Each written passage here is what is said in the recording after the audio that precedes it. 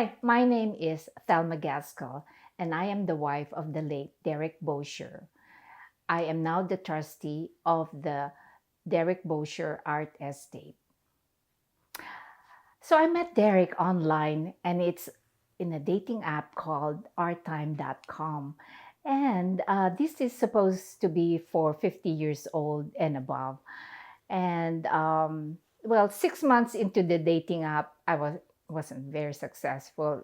So that's when Derek wrote me and say, "Hey, I'm interested in your profile, and this is who I am." So he wrote a very, very long letter about what he does. He lives here in LA, so that's where I was also living.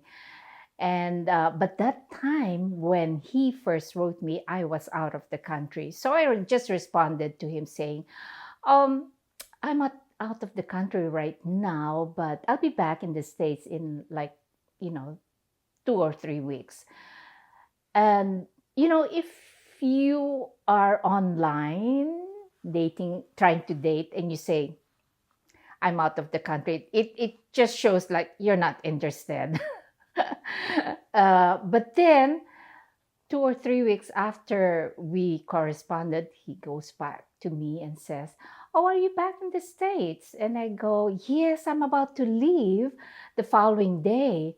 So as soon as I arrived, or one day after I arrived from my trip, he writes me again, and he's so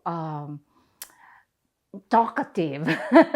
He always wants to talk about, where wanted to find out what, who am I and what my interests are. And so he started talking about, him being an artist. And so finally, after maybe a week, we met.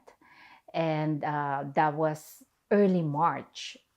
And, it was quite cold during those months here in LA. And he said, "Okay, let's meet in this certain place called Mel's Diner in Hollywood."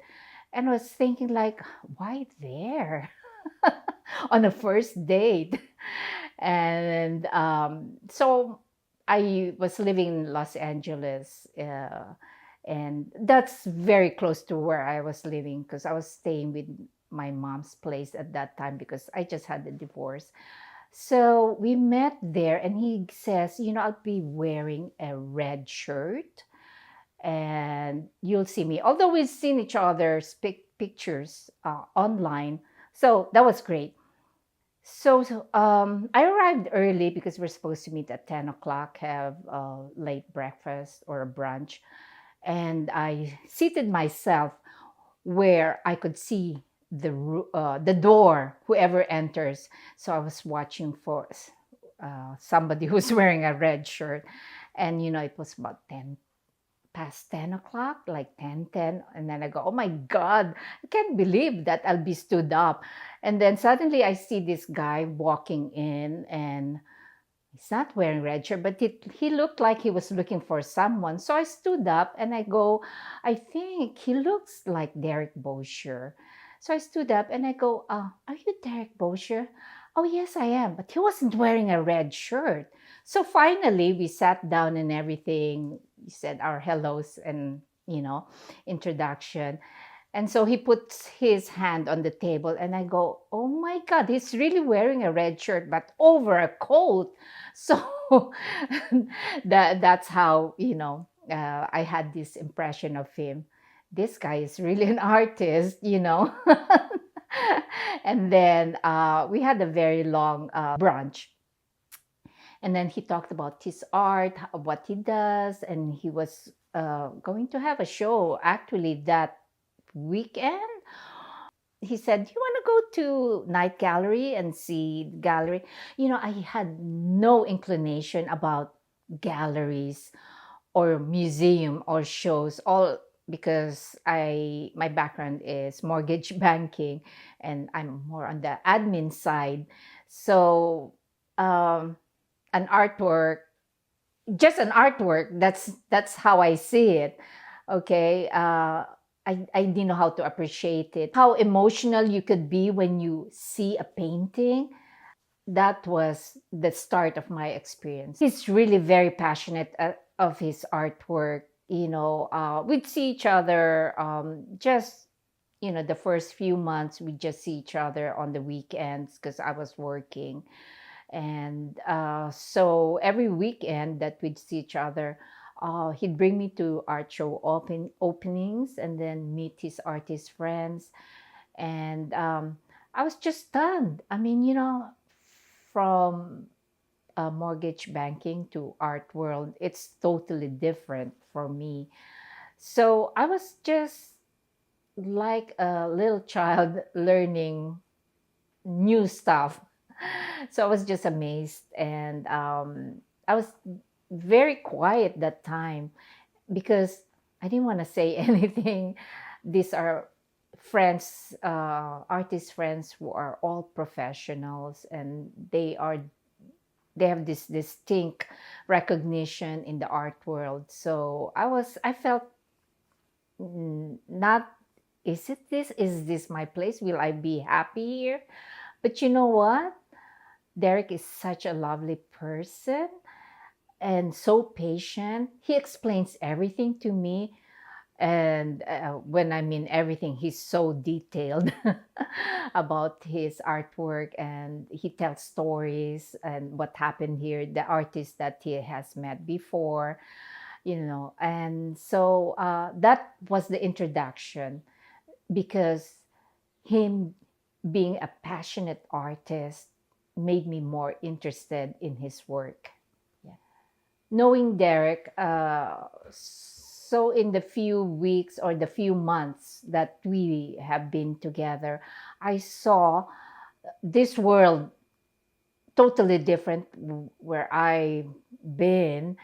And I saw this kind of emotion that these artists have when they do an artwork, a painting or a drawing. Derek brought me to London in 2015. That was, I think, in late September or October. And he had a show at the Flowers Gallery. And at the same time, it was the launching of his book, which is this one, the Rethink Reentry. It's got over 300 illustrations of his work.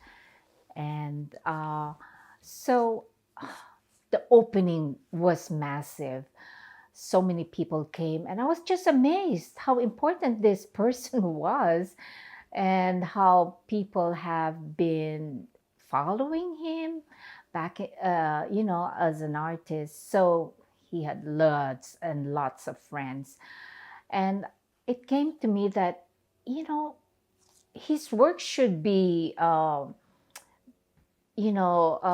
saw his artwork here in his studio, his old studio, and massive. And then here also at home, he had so much artwork, but he didn't have a database that time. Me thinking like, as an admin person, I'm so organized. I have to put things in the proper places. So I was thinking like, um, you know what? Let's do it this way. But Derek as an artist, he has his own certain way. He says, don't fix anything. Just leave it as is, because I know where everything is. And so I just let him do it, and then observed him and see how he was working. And then so little by little, it came to my mind, okay, there should be a structure here, because all he wants to do is create art, but he never wants to. He says, I have envelopes here, I have records here. And every time we need something, an artwork or a something that he needed, like a document, we would search each and every file, each and every folder until we find it. And I go, this has got to stop. I mean, like, there should be a system. So finally, many years later. I mean, like maybe in 2019, that's when we started putting it in the database. So it became so easy for us, for him and me, especially me, because I got really involved in his work and the recording of all his artworks in an archive or in a database. And so it was easier for us to talk to museums or galleries that needed some work where it was, and the description, the dimension, everything was there in the database. So that's how I got really involved in his artwork.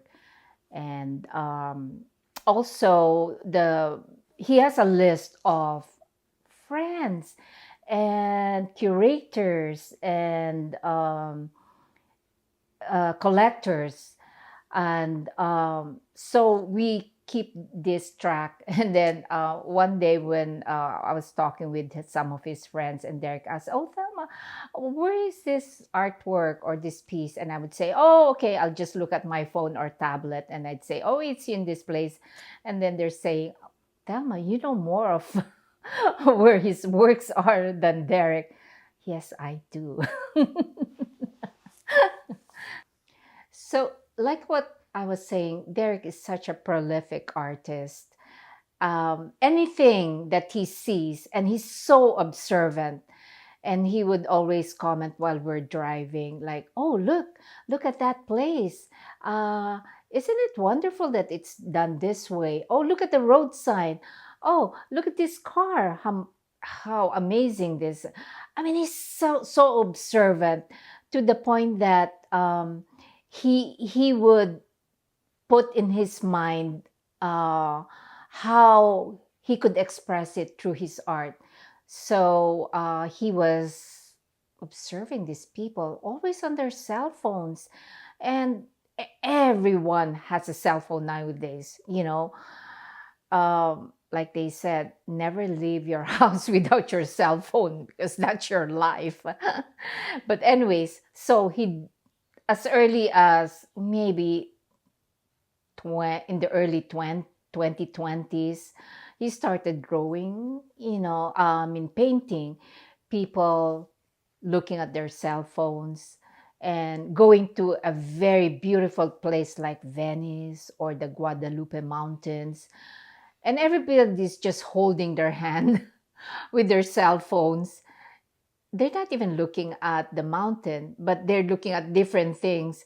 I mean, it's a different experience while you're there, uh, looking beauty of nature, experiencing it. Nowadays, what people are doing, they're just having, holding their cell phones and recording it, and then at the same time looking at other stuff in their cell phones. So that's how he looks at, he's always at the present. He's always uh, in this reality, world of reality, very down to earth, very observant. And that's how he draws his passion in his drawing. In fact, he has a collection of clippings, or magazine clippings, newspaper clippings, and he keeps them like a library, all about maybe twins, let's say, or about mountains, or like houses. Also, Derek is famous for his falling man figures. He had a lot of them. Uh, in When he was living and working in Texas, he had the Shy Cowboy, uh, Surprise Cowboy. I'm not so sure of the titles, but these were acquired by the Tate Britain. In fact, Tate Britain has 11 of Derek's works in their collection. So the falling man is a symbol for him, man's vulnerability, as he calls it. Man tries to achieve success, tries to always aiming high, but they don't know how to achieve, or sometimes they become reckless. The focus is diverted into something else, and then finally he just falls because he is just aiming too high. Just like, Icarus is one of his favorite subject, because he is a man that tried to go up high, and he made wings which was made of wax, so when he came close to the sun, it just melted and he fell. So it that is like what he says, that is life. In his own way, he's really very, very sweet, very, very thoughtful. He loves to write letters to his friends. He's been connected to his friends from all over the world, and I go, Derek, you can always just email them. Actually, it's faster and it's easier, it's less expensive. And he says, you know what, uh, there's a thrill of receiving a letter and opening it and then reading the contents. It feels more personal. And I was thinking, like, yeah, that's really true. And um he Derek writes me letters. Although we've been living together for so many years, he still writes me letters, and he mails it here in this house. Oh, and it's true. I get surprised. I when I receive a letter, oh my God, I have a letter. I open it and it's from him. Just wishing me how good, the day is, or happy Mother's Day, or happy birthday, or even Christmas. I receive Christmas cards from him addressed here in this house. So that's how Derek is. And he decorates his envelopes. And it's a piece of artwork, actually. So when his friends receive these letters, they're amazed that, they're receiving not only a letter, but a piece of his artwork. And they have actually collected them and put them in a special place in their homes. In the last 2 years of Derek's life was not too good because of his health problems. I might I might say that he had health problems, but he never stopped working. He never stopped creating art. Even he was in the ICU for maybe a week or something, but I would receive from an email from somebody in London saying, "Oh, Derek needs to sign this, the signs that he did, and if we could send it to you." And you know what? He was signing his signature on this artwork, 150 of them in the ICU. And then after that, he would still draw something, or he would ask me, "Oh, can you bring my paint and my paint brushes and my paint so I can do some work?" And I go, "What can I say?" And that for him is way of healing, and that made him work. It's not work for him. It, it's just his way of life, and how he relaxes and how he heals, whether emotionally or physically. That is his therapy. So Derek never stopped working, and I always do try to put all his work in the database. And there was a point that I couldn't do it anymore because he was just working and working, drawing, painting, doing some collage.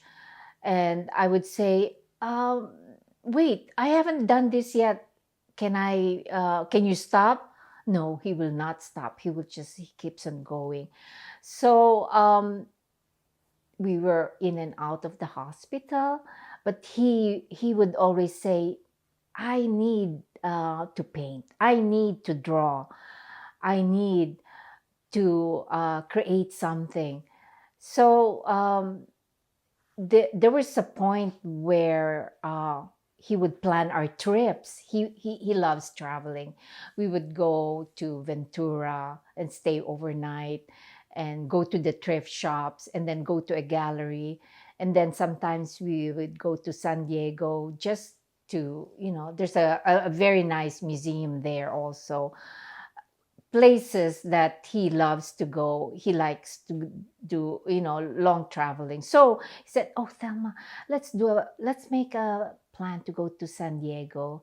And I go, "Yeah, yeah, let's do it." And then he calls his friends. "Oh, Philip, what are you doing? Can we have breakfast sometime soon?" And then he called another friend, and then he would start drawing again, painting, and he would just say, "Okay, I want to watch television," just another form of his relaxation. And then that evening, he passed away, and I was I I had accepted that he was very sick, but I never knew that that same evening that he would pass away, because he was just full of energy. He was planning. He was um, doing his artwork, and I called 911, and they did everything that they could, because his heart just stopped. His mind, his body was still there, but his heart was very frail.